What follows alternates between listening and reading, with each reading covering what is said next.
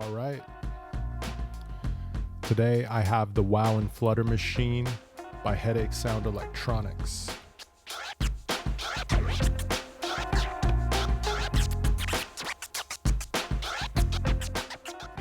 I made a short about this and it kind of sums up everything that I think is important, although a lot of you asked for a full video, so here it is. There's just a couple things to be aware of, and then we'll go through a little bit of its functionality and stuff like that. Let's get right into it. The Wow and Flutter Machine is a fully self-contained digital scratch device, instrument, if you will, and it's amazing, quite frankly. I've wanted something like this to exist for a very long time. The best thing that I know of would be like a Serato setup, which for somebody like me who wants to experiment with scratching, just really not as a primary thing, but as more of an accessory thing in my music, having a full setup, a turntable, a mixer, either a Serato mixer or a DJ mixer and a Serato interface, and a computer, like that works in the computer, like it's too convoluted, it's too much stuff, it's very expensive. And for all of that functionality, well, let's not say all of it, because my primary goal here is scratching, and I think that's pretty much what Headache Sound is aiming at with this device. To be this contained, this small, yet heavy, weighty, and feel really good, and be just all integrated into one device, super easy to use, super easy to load your sounds and all that, for that to be here in this little package and only for shipped a little more than $250, it's a really amazing product in my opinion. Many people have talked about this. I just want to mention you have to install the belt when you receive the unit. A lot of people were super upset by that, and for me personally, I don't think it's a big deal. It's really easy to do. I don't think that should stop anybody. It is a little bit involved, as you have to get inside of the unit to do it. But I think if you're inclined to scratch, you're probably technically savvy enough to install the belt. It's really not a big deal in my opinion. I think it's just helpful to be aware of that. Headache Sound has a tutorial that's like a 3-minute video or something walking you through how to do it. And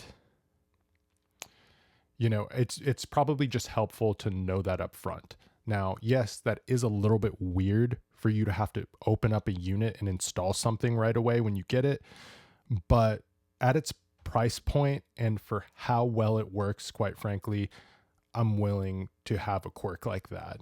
The other thing for me that was annoying, and it's my fault because Headache Sound does mention this, is I wasn't really aware that you need to get your own battery in order to use the thing. So I was a bit annoyed by that, just because I wanted to get going right away. And then I was like, oh, I need a battery. I got to go get one. So 2 things there that will certainly keep you from using the device right away when you get it out of the box, just to be aware of. In my opinion, they're not big deals. Beyond that, let's just get into the functionality of the unit. On back, if you're looking at it from what your left, we have this first knob is the crossfade knob, and that smoothly fades between the beat and the sample. Then we have the headphone jack, the power and USB jack for loading and uploading files to hook it up to your computer. The power switch, and the overall master volume. On the front, we have the start stop button, which does have some extra functionality that I have not experimented with, frankly don't really care about. So I'm not going to talk about that, but you can explore that in Headache Sounds tutorials or whatever. Start and stop button, pitch control, beat and sample selection, which while we're here, you toggle either forward or backwards by tapping forward or holding to go backward. the crossfader, the platter, and a built-in little speaker, which works surprisingly well.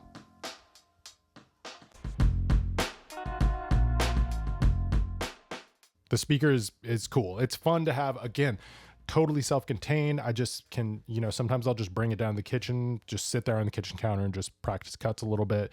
It's nice to not have to have anything, not even headphones. So yeah, really cool. All of the functionality is pretty, it's pretty straightforward. One thing worth mentioning that there's no way to stop the beat. So whatever beat is selected just constantly plays through. I find that that quirk slightly annoying, but when you just want to use it for cutting, which is my primary use case, you just use the crossfader, switch it all the way to the sample side so that you're not hearing the beat. I had already mentioned the action's really good.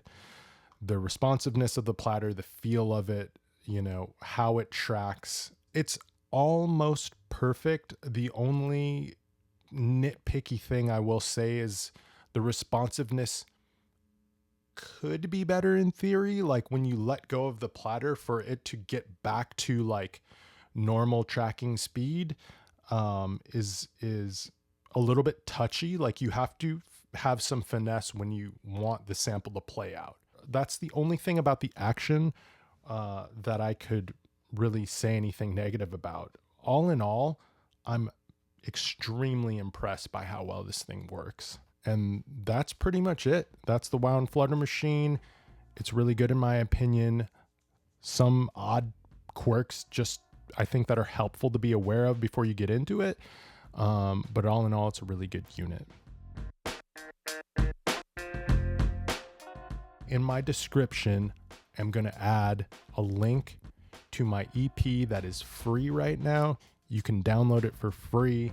If you want to get my edits that will loop perfectly in the Wow machine, that are trimmed versions of 4 of my most scratchable tracks on the Essentials EP, hit me up. And with that, if you'd like to support the channel, really the only way to do that at this point is to just purchase music. You can go to my Bandcamp, purchase music.